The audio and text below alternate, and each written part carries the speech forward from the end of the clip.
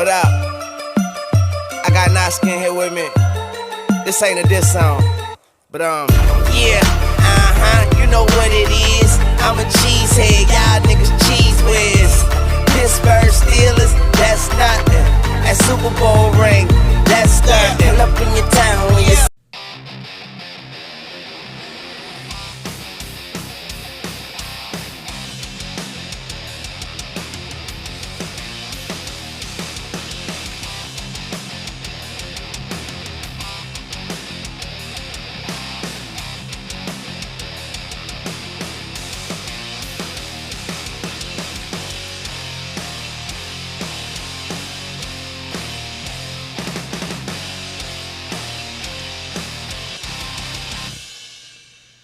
Hi, everyone. Welcome to Packers Unscripted from Packers.com. I am Mike Spofford, sitting next to the one and only Wes Hodkowitz. We're coming to you here from our studios at Lambeau Field. And Wes, next up for the Green Bay Packers is the New York Giants on Sunday. Now, just a bit of a programming note. Because it's Thanksgiving week, our beloved producer, Matt Arvin, affectionately known as Marvin, he will be off with his family for the long weekend. Good for him.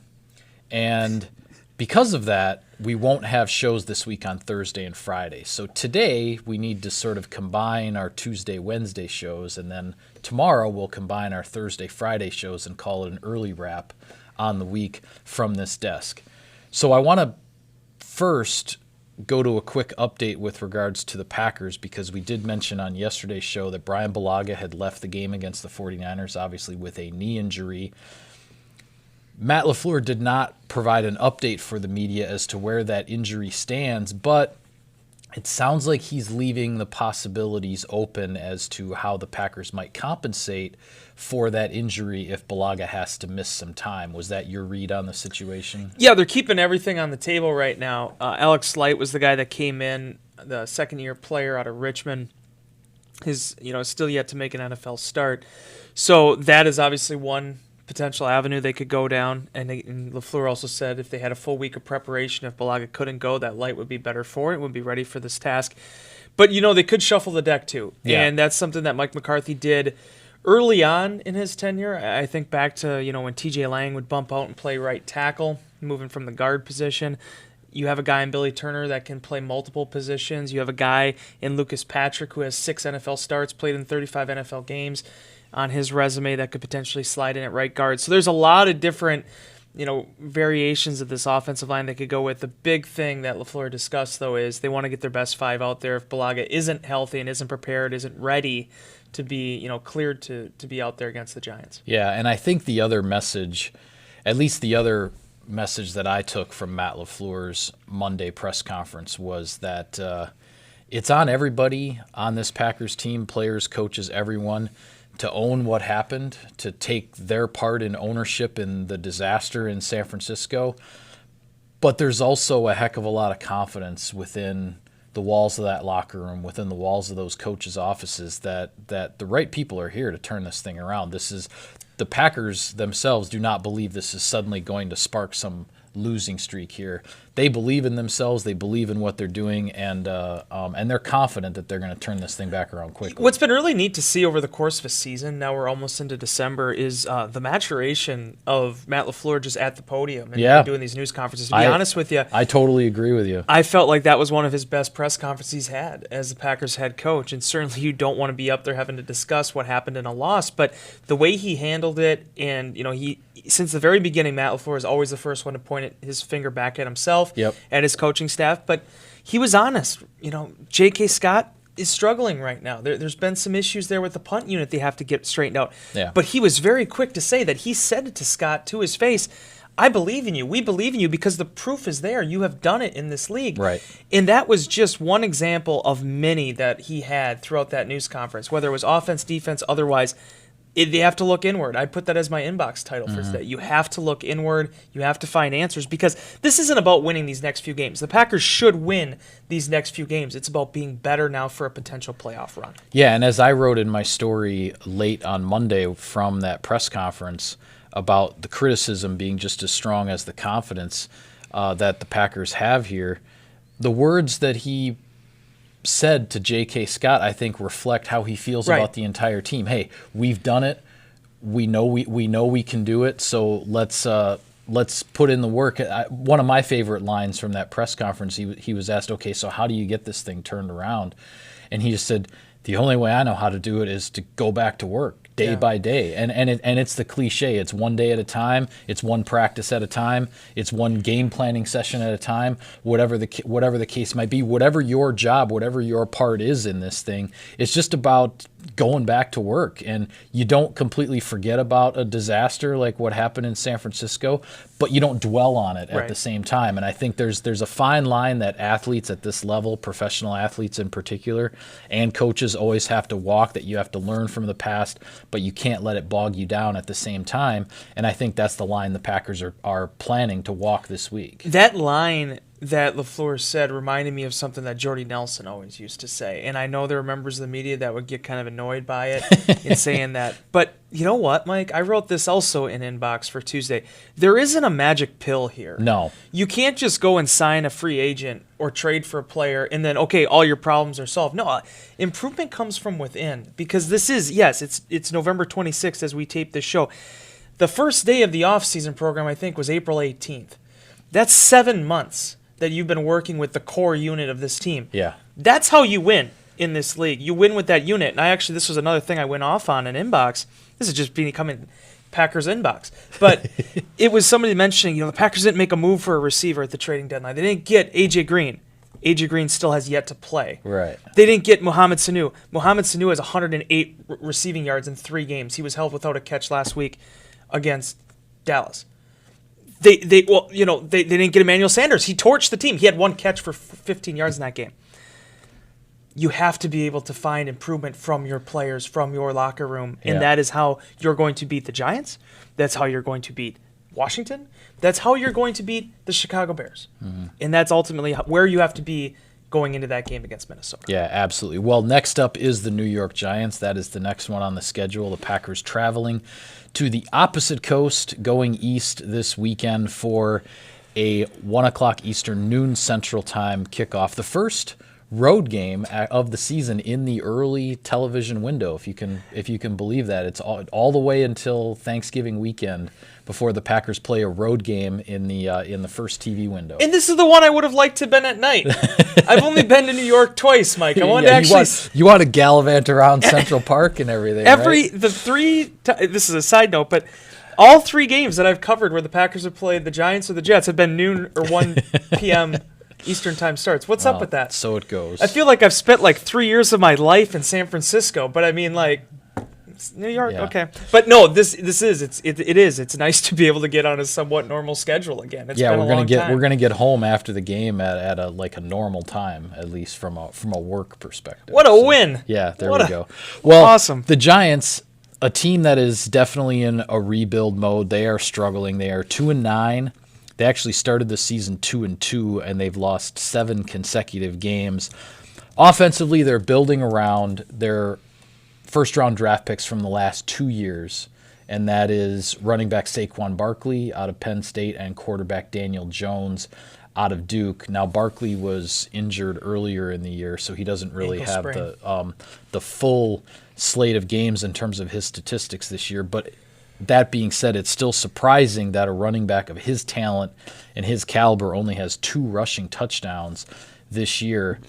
The Giants deciding after just a couple of games this year to move on from Eli Manning and to throw the rookie Daniel Jones, the number 6 overall pick in the draft, they decided to throw him into the fire in September and move on to the future sooner than some people were predicting.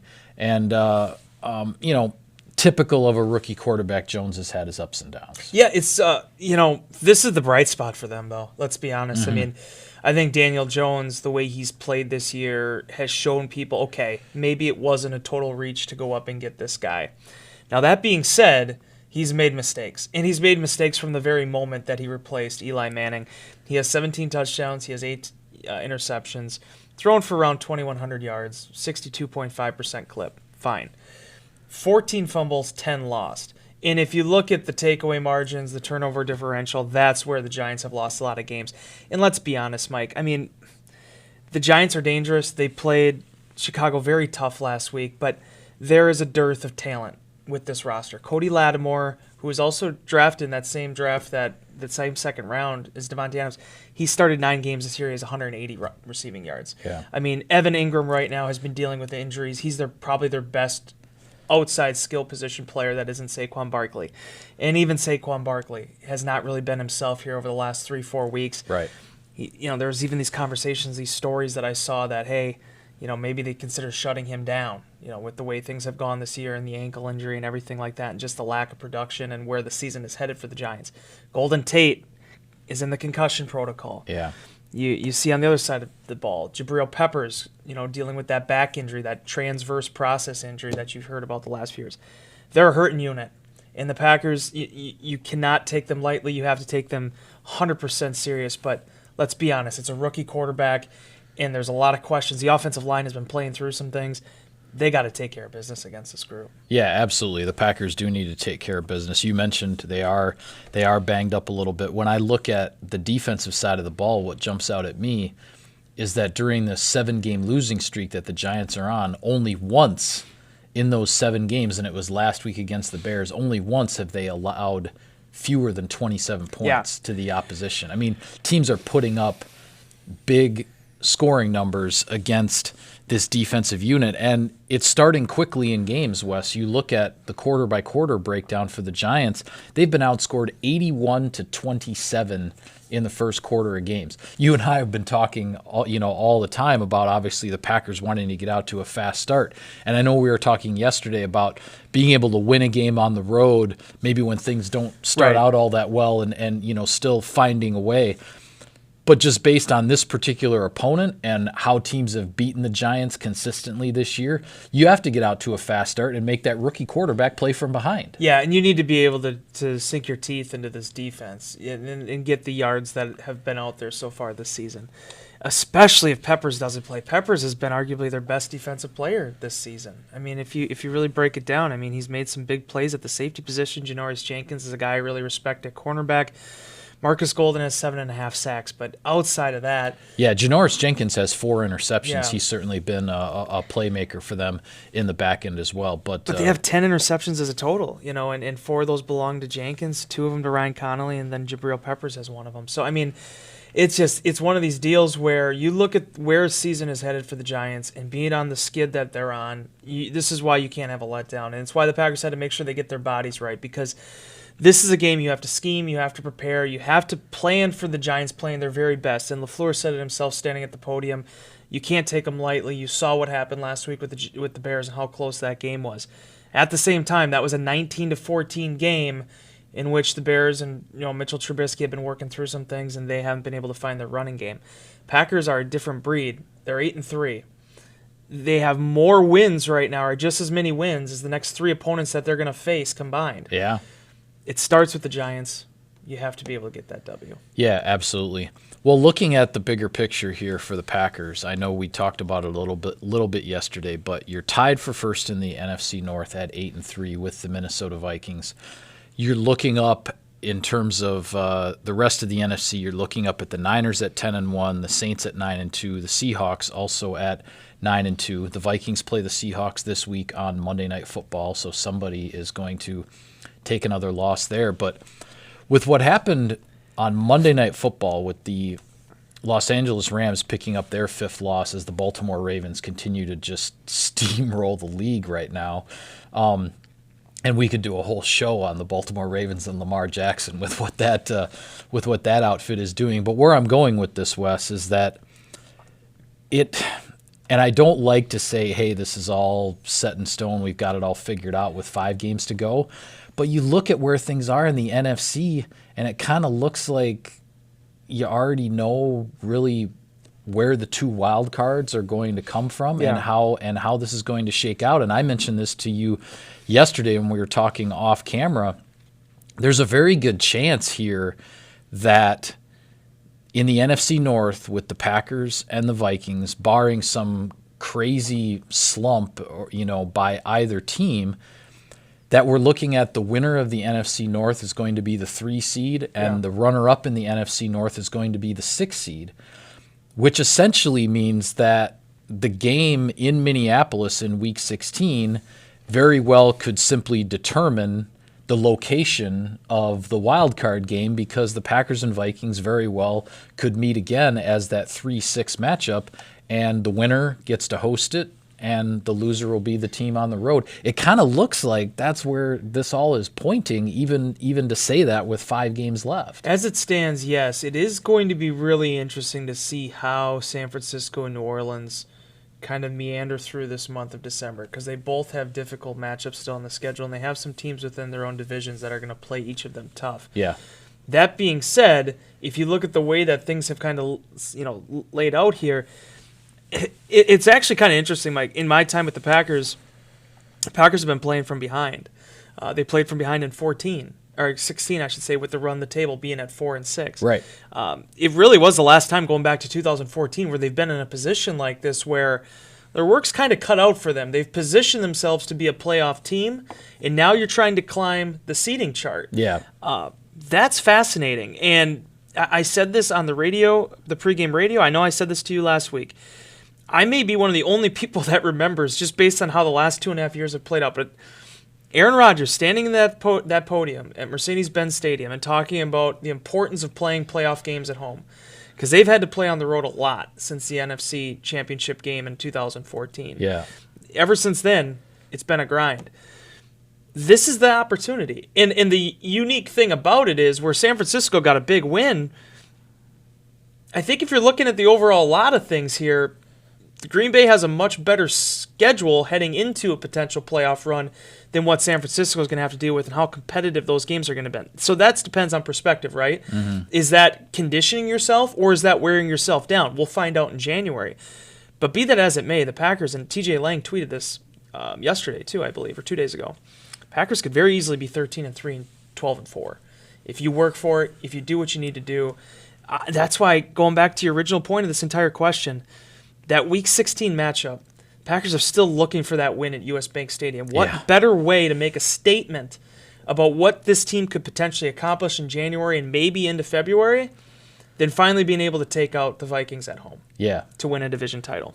That's where my eyes are right now. But in order to be even in that conversation, right, the Giants, Washington, Chicago, teams that have had real difficulties this year, that have had to work through some stuff, have seen changes across the board, you have to be able to put those teams away. Yeah, absolutely. The Packers have to take care of business, and certainly with 2 of those 3, as you mentioned, Washington and Chicago both being at Lambeau Field, the Packers will be this weekend at the Giants. The Packers will be wrapping up this stretch of 4 road games in a stretch of 5 games over the course of 6 weeks, with the bye week mixed in between. Then you're going to come back home, and you have back-to-back home games against teams that are looking up at you record-wise, looking up at you in the standings. So, yes, I mean, all eyes are on that Week 16, 2 nights before Christmas, Monday Night Football at US Bank Stadium in Minneapolis. But the Packers have to put themselves in position to where that game means what they want it and need it to mean, and that's what these next 3 weeks are all about. Yeah, and 2 things I want to say. First thing is, we have to see where this injury this week takes with the Giants, because if Evan Ingram plays, if Rhett Ellison plays, those are top 2 tight ends. Those are safety valves for Daniel Jones, and that's also a position where the Packers have had struggled. I was say, you can bet Daniel Jones wants Evan Ingram, his top tight end, out there against the Packers, with the way the Packers' defense has struggled against tight ends. The way concussion protocols go, we'll see. I saw the play with Golden Tate. We'll see how that goes. But, I mean, certainly if he would happen to get cleared, that's a big weapon that has a lot of experience against Green Bay. So all those things have to get chalked up and accounted for. What I want to point to you, though, is I was trying to think of this, and this was actually yesterday I was thinking about this, but I had neither the time nor inclination to actually want to look this up. I don't remember a year like this in the NFC, at least. The AFC, maybe it's happened because of the overall dominance at the top of that conference, but we're going into the month of December. You really did have 6 clear-cut teams. Yeah. Where you have at the very top Green Bay, San Francisco, Seattle, and then New Orleans. Minnesota has played catch-up and is back in this thing, and then whoever wins the NFC East. And that's kind of it. Yeah. I mean, if the Rams win, as you said yesterday, the Rams win that game, it changes. But right. To me, that was the thing going into last night. If the Rams would have been able to beat the Ravens and get to 7-4, then you're looking at another team that's right on the heels of that last wild card spot, which right now, that last wild card spot is whoever finishes second in the NFC North based on where the records are. But with the Rams picking up their 5th loss, you have the teams in the NFC East. It doesn't look like the runner-up in the NFC East is really going to be in a position to get a wild card It would be spot. like a run-the-table type scenario. Yeah, absolutely. But the problem is the Cowboys and the Eagles both Play have each to other. play each other, Yeah. so there's going to be another loss no matter which team potentially runs the table. Well, the one that runs the table is going to win the division and be handing a loss to the other one. So I agree with you. I can't remember any year that I've been doing this where we're sitting here talking the week of Thanksgiving and looking at the NFC picture going, we can be pretty darn sure who the 6 teams are going to be in the playoffs. Now, we don't know 1 through 6 exactly how that's going to shake out, with the exception of the fact that it sure looks like the champion of the NFC East is going to be the 4. And it certainly looks like the runner-up in the NFC West is going to be the 5. Yeah. And that's why I say that, with that, with the 4 and the 5 kind of already figured out in terms of where they're coming from, that's why it looks to me like in the NFC North, the champion's going to be the 3 and the runner-up is going to be the 6. So winning the division gets you the home game for the rematch is kind of where this is headed. Now, obviously, things can change, but it does have a different feel to it that here we are with 5 games to go, and we're not looking at this whole list of teams in the NFC saying, oh, well, they're only 1 game back or they're tied with those guys. Or everybody is at least 2 games or more behind the NFC North runner-up, which is essentially in the 6th spot right now. Yeah, and this is why this month of December is going to be fascinating, because you look at the NFC West right now, there is a scenario where those 2 teams, Seattle and San Francisco, could win this thing out, play each other in Week 17 for that division championship and the number 1 bye, the overall, home field advantage throughout the playoffs. And there's a scenario where San Francisco could lose that game, be 14-2, and be the wild card. Yeah. I mean, that would be something. Well, and that would be, if that plays out, that would be reminiscent in some senses of 2014. Yeah. Not exactly the same, but when the Lions came to Lambeau Field in the finale in 2014, the winner was winning the North and getting a bye and getting the 2 seed, and the loser was going to be a wild card team and going on the road the very next week. And the Packers ended up winning that game. The Lions went down to Dallas and lost. Dallas came to Green Bay and lost, and then that's what sent the Packers to Seattle. But you're right. The way it's shaping up this year, that Week 17 could be for the difference between the 1 seed and the 5 seed. I mean, you talk about the highest of stakes, and then the loser having to go on the road immediately after putting everything they would have into trying to win that Week 17 game. That's the intrigue here in terms of how this will play out in the NFC. I don't think it's necessarily a question of who's going to get in, again, barring one of these 6 teams that we're talking about going into just a major slump, which I don't see happening based on the way things look right now.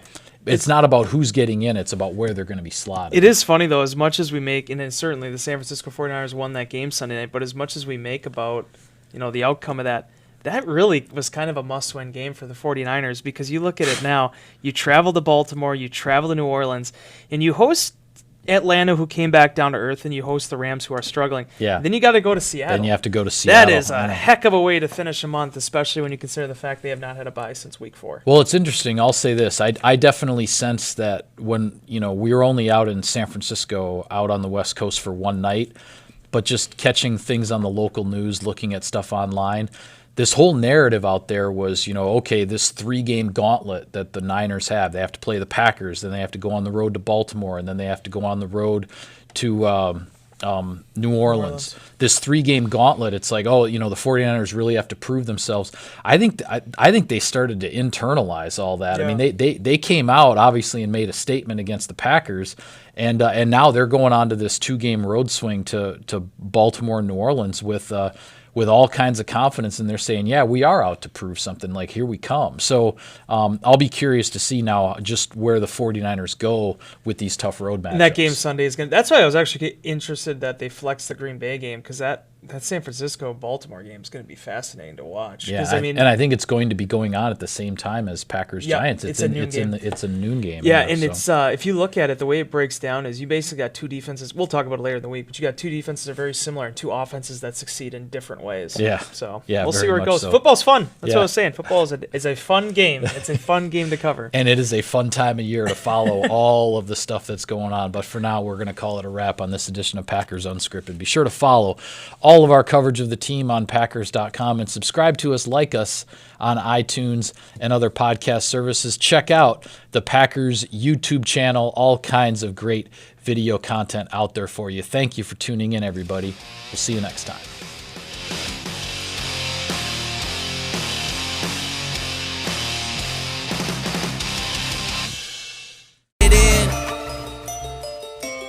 Oh yeah. Young Moolah, baby.